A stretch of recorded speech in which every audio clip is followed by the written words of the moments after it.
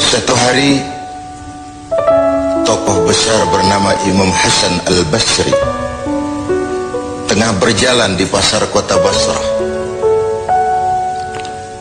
Datang seseorang lalu bertanya kepada beliau, "Ya Aba Ishaq," wahai Abu Ishaq, panggilan buat Imam Hasan Al-Basri.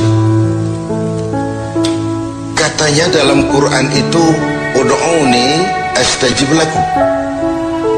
Berdoalah kepadaku, aku akan jawab doamu. Mintalah kepadaku, aku akan penuhi permintaanmu. Begitu janji Allah dalam Quran. Lah kami ini, kata si orang tadi, sudah lama berdoa kepada Allah. Sudah banyak kali kami memohon kepadanya. Wah, kok sampai sekarang doa kami nggak dijawab-jawab, nggak pernah dikabulkan. Ini bagaimana? Katanya berdoa, aku kabulkan. Sudah lama kami berdoa, kenapa nggak pernah dikabul-kabulkan? Apa doa kami salah pasang? Apa Tuhan pas kebetulan nggak dengar? Atau bagaimana ini? Imam Hasan Al-Basri senyum lalu menjawab, "Ya ahlal Basrah, hai penduduk Basrah, hatimu mati. Dari hati yang mati, bagaimana mungkin doa akan terjawab? Tidak ada getaran yang menyebabkan channel kepada Allah itu nyambung. Tidak ada.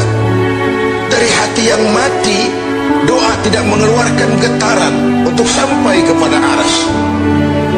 Hatimu mati, maka doamu tidak dikabulkan." Kita renungkanlah jawaban ini. Sederhana, doa tidak didengar Tuhan, permohonan tidak dikabulkan olehnya. Tapi kalau kita mau menukik kepada renungan yang lebih jauh, kemalangan apa yang lebih besar selain daripada kalau Allah sudah berpaling kepada kita dalam hidup ini?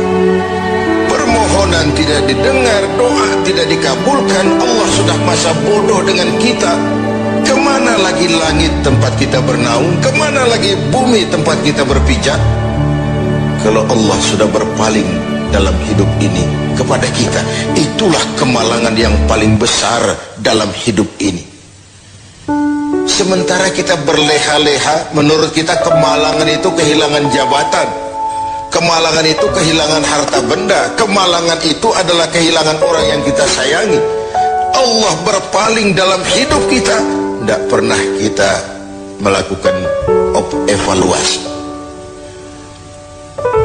Nah, apa yang menyebabkan hati itu jadi mati sehingga tidak ada getaran yang nyambung ke aras, yang mengakibatkan Tuhan berpaling dari kita, doa tidak lagi didengar, permohonan tidak lagi dikabulkan? Ada beberapa hal yang menyebabkan hati jadi mati sehingga doa tidak terangkat. Imam Hasan Al-Basri menjelaskan beberapa faktor yang menyebabkan hati menjadi mati. Tidak ada lagi getaran yang mengantarkan doa ke aras sehingga Tuhan pun berpaling. Yang pertama, kata beliau, "Araftumullaha wa lam tu'tuhu haqqah."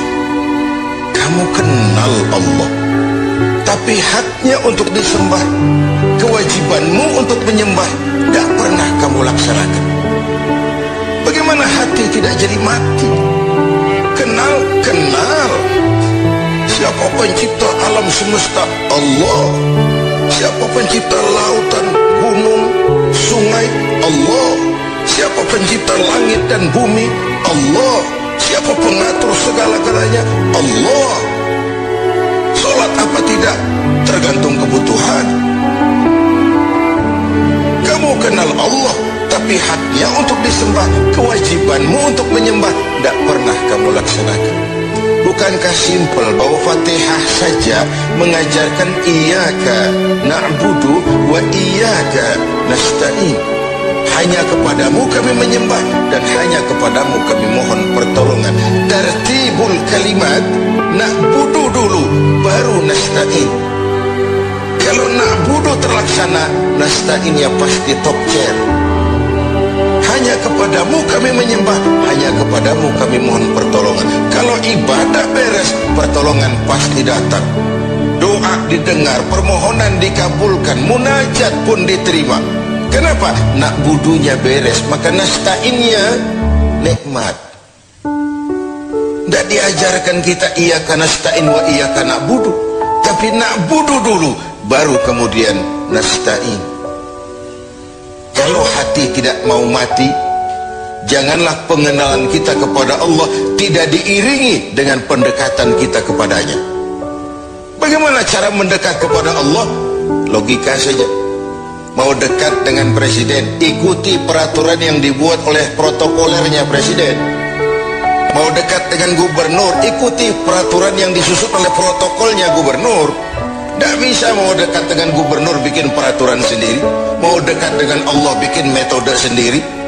Dengan jalan ngelamun, duduk madep ngidul, bengong 4-5 jam lalu mau dekat dengan Allah. Mau dekat dengan Allah, ikuti cara yang sudah diatur oleh Allah melalui utusan-utusannya. Bukan dengan cara membuat sesuatu sendiri. Ini yang pertama. Lalu yang kedua, yang menyebabkan hati jadi mati, qara'tumul Qur'an walam ta'malu bih. Kamu baca Al-Quran, kamu dengungkan Al-Quran, kamu sanjung Al-Quran, walam ta'malu bih, tapi isinya, ajarannya tidak pernah kamu laksanakan. Isinya, ajarannya sering malah diinjak-injak. Bukankah kita hidup di satu zaman di mana tuntunan sudah menjadi tontonan, dan tontonan sering dianggap sebagai tuntunan? Bukankah kita hidup di satu masa di mana orang yang jujur dikhianati dan pengkhianat malah diberikan amanah? Bukankah zaman ini sudah terjadi pergeseran nilai yang sedemikian rupa?